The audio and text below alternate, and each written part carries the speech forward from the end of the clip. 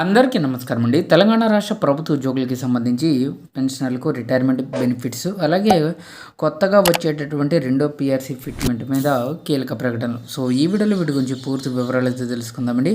So ముందుగా ఈ 2026 సంవత్సరంలోనే ఖచ్చితంగా బకాయిలన్నీ జమ కావాలని కోరుకునే ప్రతి ఒక్క ఉద్యోగి, అలాగే 2026లోనే మనకి కొత్త పీఆర్సీ ఫిట్మెంట్ రావాలని కోరుకునే ప్రతి ఒక్క ఉద్యోగి కూడా వీడియోని ఒక లైక్ చేయండి. మీ తోటి ఉద్యోగ మిత్రులతో వీడియోని అయితే షేర్ చేయండి. రిటైర్డ్ ఉద్యోగులకు న్యాయం చేయండి అని చెప్పేసి సకాలంలో బెనిఫిట్స్ అయితే అందజేయాలి. ప్రభుత్వ నిర్లక్ష్యాన్ని ఇకపై సహించమని చెప్పేసి మండలిలో బీఆర్ఎస్ విప్ దేశపతి శ్రీనివాస్ గారు ఫైర్ అయ్యారు. సో రాష్ట్రంలో ఉద్యోగ విరమణ చేసిన ఉద్యోగులకు రావాల్సినటువంటి బెనిఫిట్స్ను తక్షణమే చెల్లించి న్యాయం చేయాలని శాసనమండలిలో బీఆర్ఎస్ విప్ దేశపతి శ్రీనివాస్ డిమాండ్ చేశారు.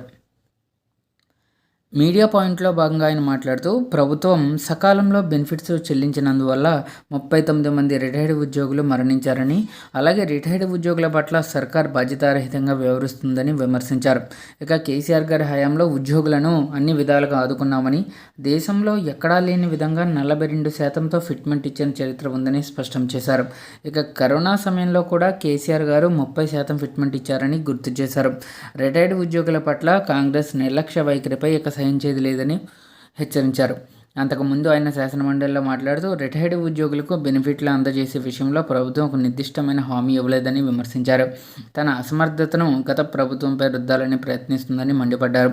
బీఆర్ఎస్ హయాంలోనే రాష్ట్రంలో ఉద్యోగుల జీవన విధానాల్లో మార్పులు వచ్చాయని, వచ్చే సర్కార్ తమదే అని, అప్పుడు ఉద్యోగుల సమస్యలు పరిష్కరిస్తామని పేర్కొన్నారు.